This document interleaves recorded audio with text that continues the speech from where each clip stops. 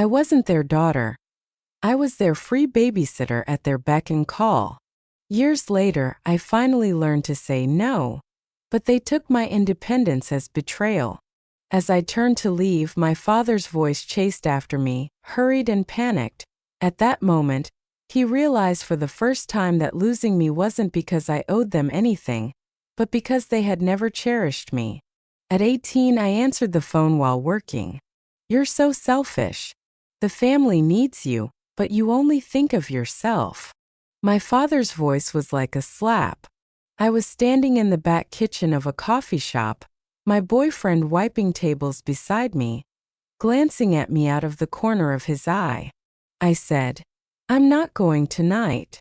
There was a second of silence on the other end of the line. Then my stepmother's voice.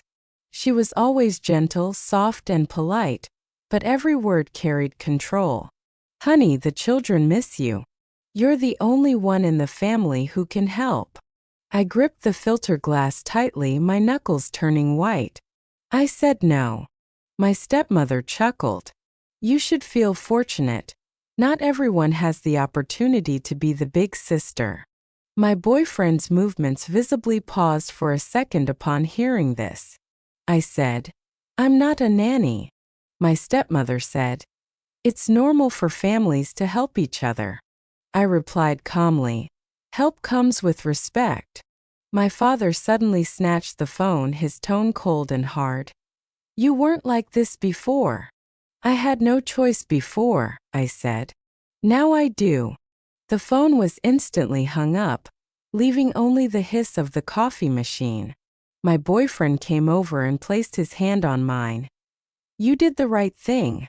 That night, for the first time, I felt refusal is also freedom. The first time I was forced to be a nanny was at their wedding. Under the vineyard tents, people drank champagne, laughter filling the air. My stepmother shoved me into a pink dress, so tight it hurt my back. Before I could react, the children surrounded me. One tugged at my skirt. "I want juice." Another chased after the cake table. The youngest grabbed my arm. "The grass is pricking me." I stood under the fireworks, holding a sleeping child, two others sleeping beside me, while my father and stepmother laughed radiantly in the crowd. No one asked me if I wanted to. That night I understood. I wasn't family, I was a tool. At 18 I moved out. My boyfriend helped me move my suitcases. He wasn't my boyfriend then. He just said, "You deserve to have your own life." Renting, working, going to school, tiring but free. Until this year they reappeared. My stepmother called, her voice as gentle as a trap. "Just one day.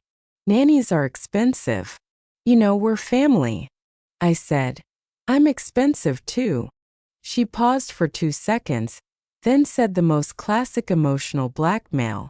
"The children feel you don't love them." I calmly replied, "You can't use the children to manipulate me." The call ended. The real breaking point happened a week later. A little after 10 p.m., my boyfriend and I were doing homework at home. The doorbell rang. I opened the door and froze. 3 children stood in the doorway, carrying their school bags. The children said, "They said you'd take care of us tonight." I asked, "And what about them?" They drove off. At that moment, I didn't break down, nor did I become hysterical. I invited the children in, let them sit on the sofa and watch TV, then went into the kitchen, picked up my phone and dialed the community non-emergency police hotline. "Hello, 3 minors who are not under my custody have been abandoned at my apartment door." My tone was calm. 15 minutes later, officers arrived and took the children away safely. The children sat in the back seat watching me. My heart broke, but I didn't say sorry. It wasn't my fault. The next day, the storm arrived. The cafe door was flung open. The father and stepmother rushed in. The father's voice exploded. "You called the police?" The stepmother's eyes were red. "You frightened the children." I took off my apron and stood calmly behind the counter. You left the children at my doorstep. That's abandonment. The father gritted his teeth. You weren't like this before. You used to. You used to me not refusing. I interrupted. The stepmother raised her voice. We're a family. You have an obligation. I took out my phone and opened a folder. It was full of text message screenshots, recordings, surveillance footage, including, the family needs you. The nanny is too expensive. The children are crying because of you. All the control and exploitation were written down in black and white. I looked up at them. If you continue to harass us, I will apply for a restraining order. The stepmother's face turned pale. Her lips began to tremble. The father glared at me. You won't dare. This is my last warning, I said. Need is not a reason. Manipulation is not love. The stepmother reached out to grab my arm, her voice trembling. Please, we need you. I took a step back. What you need isn't me, it's free labor. Everyone in the cafe heard. For the first time, fear appeared on the father's face. They left like being driven out of a self-built cage. 3 months later, I posted a sign on the bulletin board downstairs in my apartment building.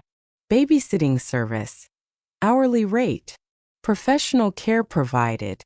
No free service, no free hire. Next to it was a sentence I had written. Love is not an obligation. Help is not a given. My boyfriend stood beside me and asked softly, finally, you're no longer carrying their expectations? I smiled. No, it's that I'm finally no longer sacrificing myself. The streetlights cast long, thin shadows behind us. The wind blew the paper, making it sway gently. I was no longer the one standing under fireworks, holding someone else's child, waiting to be seen. I had myself.